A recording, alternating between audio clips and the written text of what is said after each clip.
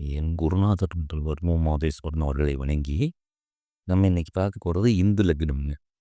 இந்த இந்து லக்னம்னா என்னன்னு கேட்டிங்கன்னா, இந்து லக்னத்தில் இருக்கும் கிரகங்கள் கெட்ட கிரகணமாவே இருந்தாலும், லக்னத்துக்கு ஆகாத பாவியாவே இருந்தாலும், அவர் நல்ல பலன்களையே குடுப்பாருங்க. அதனால இந்து லக்னத்த நம்ம கணக்குல எடுத்துக்கணும்ங்க. இப்ப இந்து லக்னத்தை எப்படி கண்டுபிடிக்கணும்னா, ஒவ்வொரு கிரகங்களுக்கும் ஒவ்வொரு எண் இருக்குங்க. இப்ப சூரியனுக்கு 30, சந்திரனுக்கு 16, செவ்வாய்க்கு 6, புதனுக்கு 8, குருவுக்கு 10, சுக்கிரனுக்கு 12, சனிக்கு 1 இப்படி இருக்குங்க.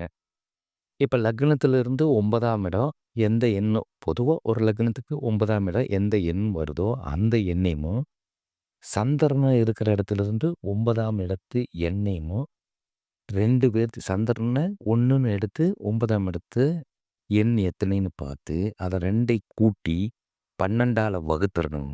12ஆல வகுத்தீங்கன்னா, மீதி எவ்வளவு வருதோ, அந்த எண்ண சந்திரன் இருக்கிற இடத்த 1ன்னு எடுத்து, நீங்க 5 வருதுன்னா 5, 1 வருதுன்னா 1 சந்திரனுக்கு முன்னாடி. 0 வந்துச்சுன்னா சந்திர லக்னமாவே வருங்க. இப்படி நம்ம கூட்டி இந்து லக்னத்த எடுத்து கணக்குல எடுத்துறலாங்க. அப்ப இந்த இந்து லக்னம் என்ன பண்ணும்னு கேட்டீங்கன்னா, ஒரு கெட்ட திசையாவே இருந்தாலும் நல்ல பலன்கள இந்து லக்னம் குடுப்பாருங்க.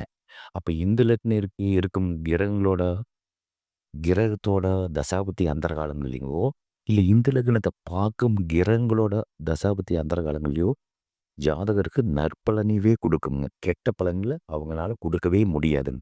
அப்ப இந்து லக்னத்த நீங்க கணக்குல எடுத்து பார்த்தீங்கன்னா, ஒரு கெட்ட திசை நடந்தாலும் அவங்களுக்கு யோகமான திசையா நடைபெறுங்க. இத நல்லா கணக்குல எடுத்து பார்த்தீங்கன்னா, நீங்க பலன் சொல்லும்போது தப்பான ஒரு பலன் மாறாம இருக்கறதுக்கு இந்து லக்னத்த நீங்க கணக்குல எடுக்கணும். வணக்கம்.